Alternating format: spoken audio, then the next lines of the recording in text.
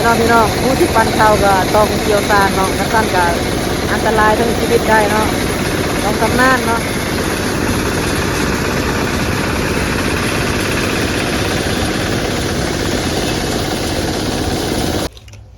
เขาแบ่งกันตัวอ่อน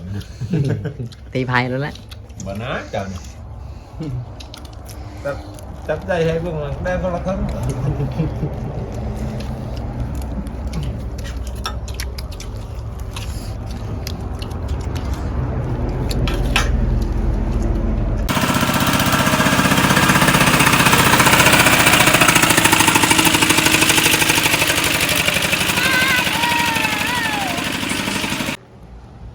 สบายดีสวัสดีพ่อแม่พี่น้องบดสุขูสุคนเนาะมื้อนี้ก็มาพอกับซ่องบ่าวไทยบ้านนอกคือเก่าพี่น้อง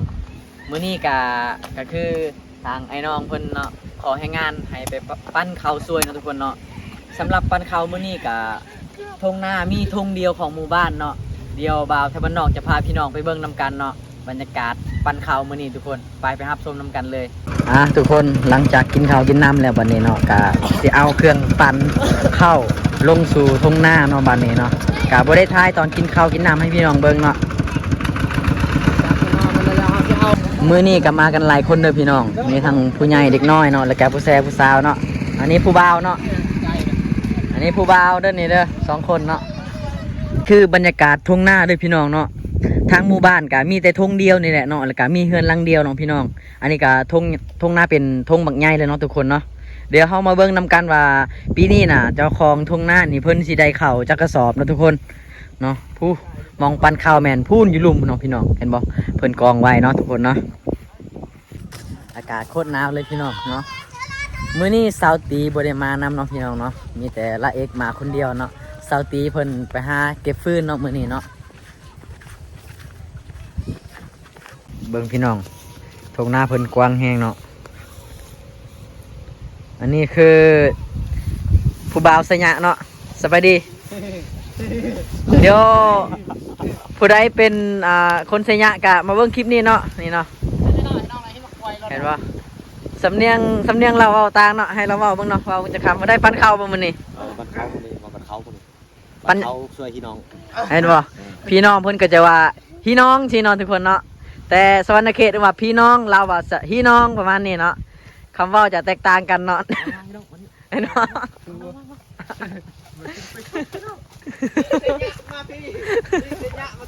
คือกองข้าวเนาะที่เพิ่นเกี่ยวไว้เนาะเพิ่นเอามาไว้ม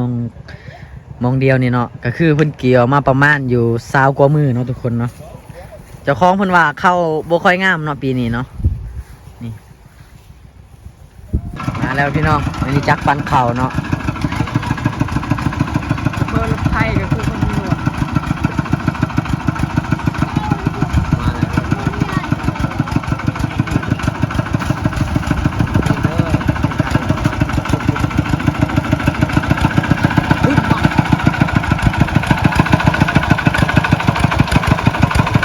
สำหรับมื้อนี้ก็มากันหลายคนเนาะญาติพี่น้องบ้านใกล้เคียงกับมาซอยกันจังซี่เนาะพี่น้องเนาะ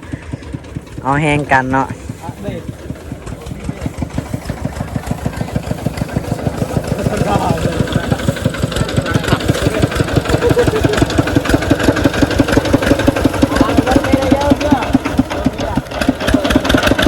ตอนนี้ก็เตรียมการเนาะปูแพร่บัตรเนาะมองที่เฮาจะปั้นเนาะ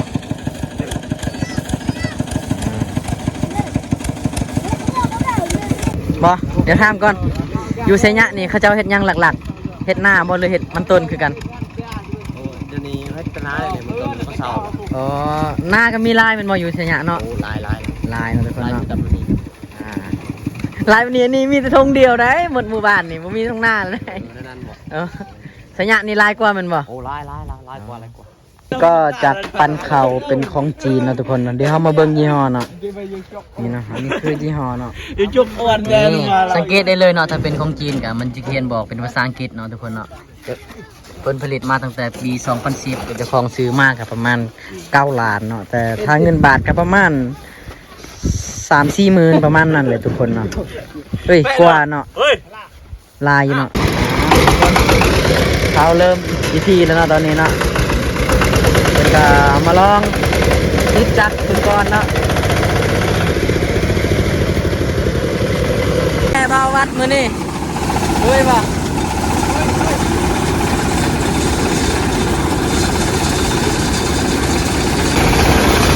ทุกคน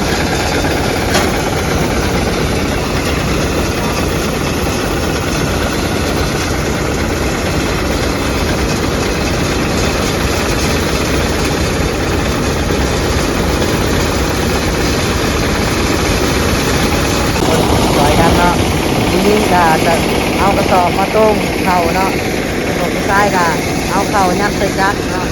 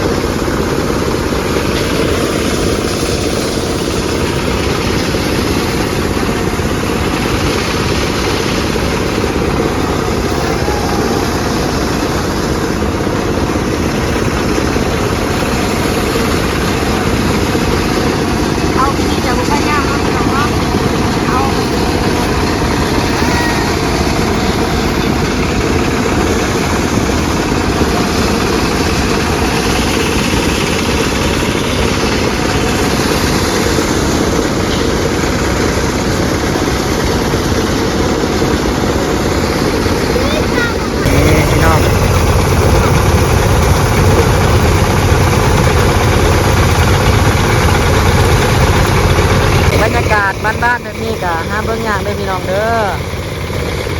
นี่แหละที่วันออกบ้านนาเนาะฮอดยามปันเขาก็ปันเขาทุกคน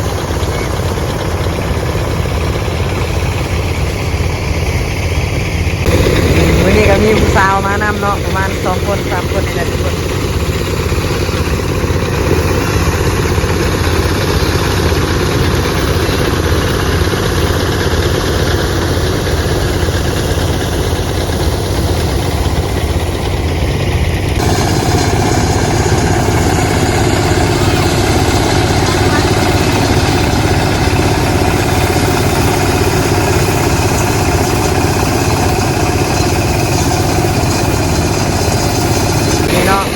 ผู้ที่ปันเขาก็ต้องเกี่ยวซ่านเนาะพี่น้องเนาะพี่น้องผู้ที่ปันเขาก็ต้องเกี่ยวซ่านเนาะกระสั้นก็อันตรายถึงชีวิตได้เนาะต้องชำนาญเนาะ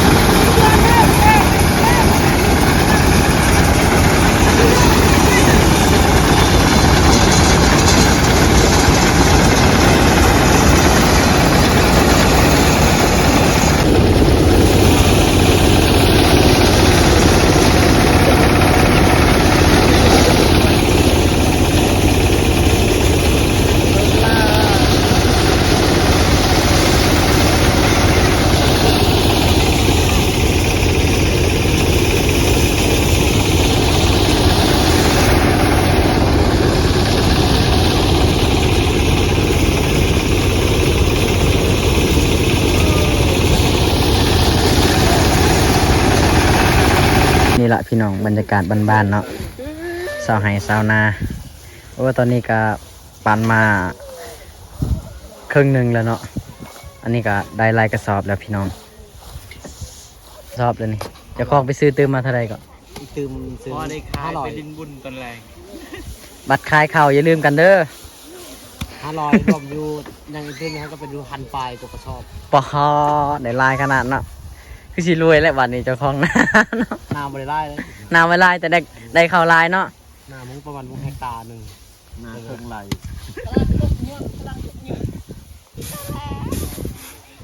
ก่อนจะใส่กระสอบก็ต้องได้พัดเอาขี้แกบมันออกก่อนเนาะ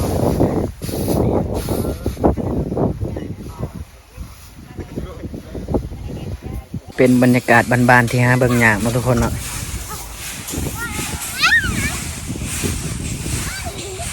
เป็นได้เบาม่วนเนาะเอาลองตีลังกามึงดูจักรินตีเบิ่ง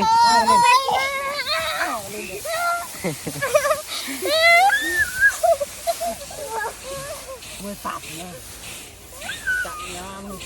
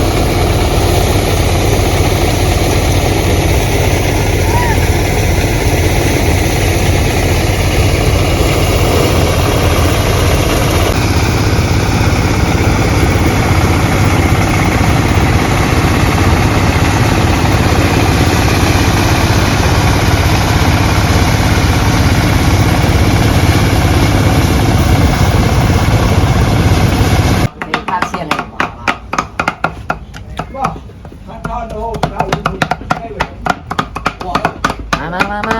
จ้าเล็บเสียเด้อ Cha liệp xe ba ngoại đi rồi.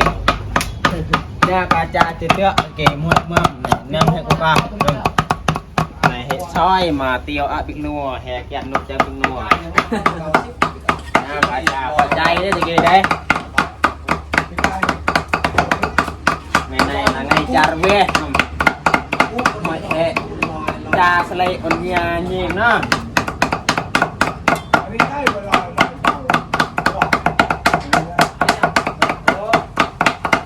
Cha cloud như vậy. เบิ่งมันเห็ดลาบคือขี้ขาดหน้าตามัน คือมันไม่อยากเห็ด เดี๋ยวเด้อใส่ไม้เอ้ยกินข้าวเด้อ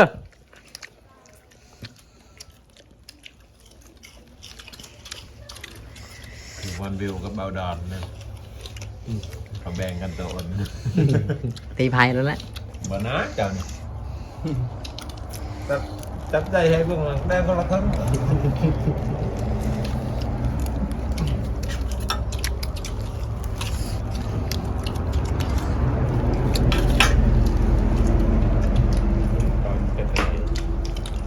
ตอนนั้นได้บอกมึงเป็นบุกบอลเนื้อพวกเบาดอน Đấy nó. เบาดอนกับบอลวิว เขาตังมาเลยเขาตังเป็นได Đấy đấy hả? มึงก็บ่ตัง ทุกคนตอนนี้หลังจากที่ปันเข้าเป็นที่เรียบร้อยแล้วเนาะแล้วก็ตอนนี้เอาเข้าเมื่อเฮือนเนาะพี่น้องเนาะนี่